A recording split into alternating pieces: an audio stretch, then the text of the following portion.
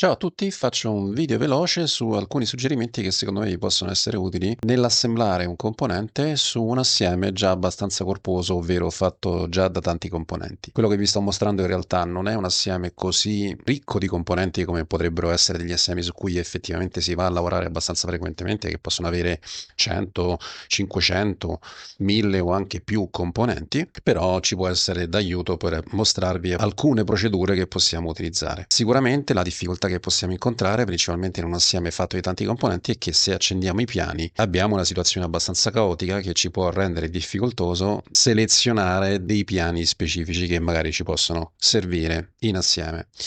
In realtà ci sono diverse tecniche che possiamo utilizzare per semplificarci la vita. Prima di tutto, secondo me, è bene conoscere una piccola funzionalità di Creo che ci indica, se andiamo su un piano e questo si preseleziona, ci indica a quale componente appartiene quel piano e come si chiama quel piano. In questo caso si chiama piano chill post DX e fa parte dello scheletro dei cilindri, quindi di un sottoassieme che si chiama appunto scale cilindri.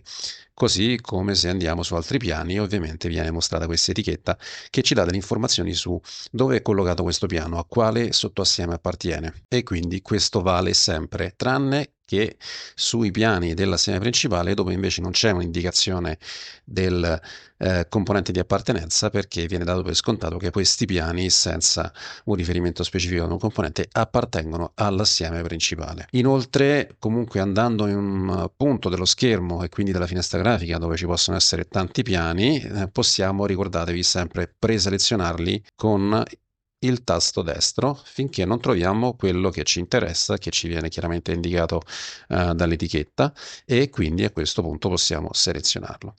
Altra funzionalità che possiamo utilizzare è quella di nascondere tutti i piani tranne quello che realmente ci interessa. Ad esempio, se prendiamo questo piano, lo selezioniamo, possiamo dirgli di mostrare solo questo e quindi di conseguenza spegnere tutti gli altri piani. Quindi cliccando su questo tasto noteremo che anche all'interno dei sottoassiemi i piani vengono nascosti e questo lo possiamo verificare anche su altri sottoassiemi. Per riaccendere tutti i piani, quindi ritornare alla situazione precedente, ci sono varie soluzioni che possiamo utilizzare. Possiamo andare su vista e possiamo da qui dirgli di mostrare tutto. In questo caso però non mostrerebbe soltanto i piani che sono stati nascosti, ma anche tutte le altre entità, sketch, curve, punti, eccetera, che sono stati nascosti, a patto che la loro visualizzazione sia accesa da queste ulteriori funzionalità. Altrimenti possiamo selezionare un altro piano nascosto e dirgli mostra tutti tranne questo e poi ritorniamo su quel piano e gli diciamo di mostrarlo. In questo modo li ha nuovamente riaccesi tutti, anche i piani interni ai vari sottoassiemi. Ok, andiamo però a fare una prova nell'assemblare un componente. Quindi andiamo a fare assembla, scegliamo un sottoassieme che è questo. E a questo punto vi faccio anche vedere che quando assembliamo un componente, in questo caso un sottoassieme, comunque ne vediamo l'albero e quindi possiamo facilmente, se i piani sono accesi, passare sopra i suoi piani di riferimento anche sull'albero del modello e vedere come sono posizionati nello spazio per capire quali dovremmo selezionare per vincolare questo componente. Ad esempio, io potrei selezionare il piano top da qui del sottoassieme, così come posso poi andare a selezionare il piano top dell'assieme principale e questa già è un'operazione che potremmo fare. Se poi invece preferiamo nascondere i piani, ricordatevi che in realtà poi diventa sempre abbastanza semplice selezionare, secondo me, il piano right o dalla finestra grafica con un minimo d'abitudine o dall'albero del modello.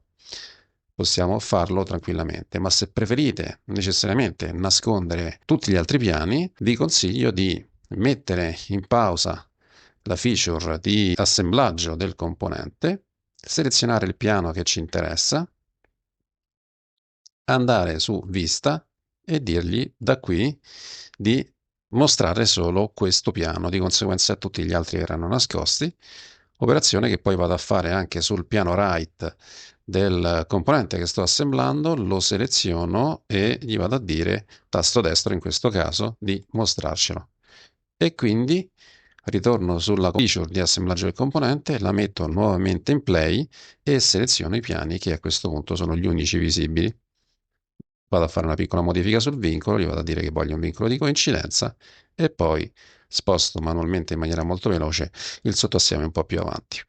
Quindi queste sono alcune delle funzionalità che possiamo utilizzare. Io francamente vi consiglio di selezionare i piani direttamente dal laboratorio del modello perché secondo me è l'operazione più comoda, senza stare a nascondere piani per poi rimostrarli successivamente, che secondo me a lungo andare può essere un po' faticoso, un po' noioso, un po' ripetitivo e vi fa perdere sicuramente un po' di tempo. Detto ciò, vi saluto, spero che questi suggerimenti vi siano utili e ci vediamo alla prossima lezione. Un abbraccio a tutti, ciao!